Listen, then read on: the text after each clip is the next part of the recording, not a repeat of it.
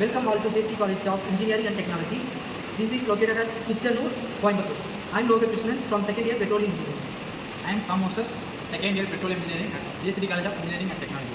I am Saurav from second year Petroleum Technology in JST College of Engineering. Myself, Guru from second year Petroleum, JST College of Engineering and Technology. We are presenting gas titrate.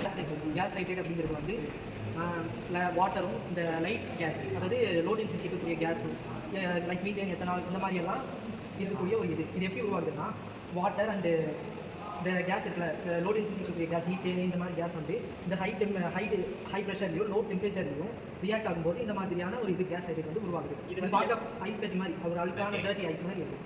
இது வந்து இடத்துக்கு மேலே ஒரு லேயராக form ஆகிறதுனால sunlight வந்து உள்ளார நம்ம இடத்துக்குள்ளே வரத திருப்பி ரிஃப்ளெக்ட் ஆகி வெளில போக முடியாமல் திருப்பி இடத்துக்குள்ளே வருது. அப்படி அதனால வந்து ஐஸ் மெல்ட் ஆகுது. அப்புறம் வந்து காலநிலை மாற்றங்கள் போல பல சேஞ்சஸ் உருவாகுது இடத்துக்குள்ள. அதனால தான் சன்லைட்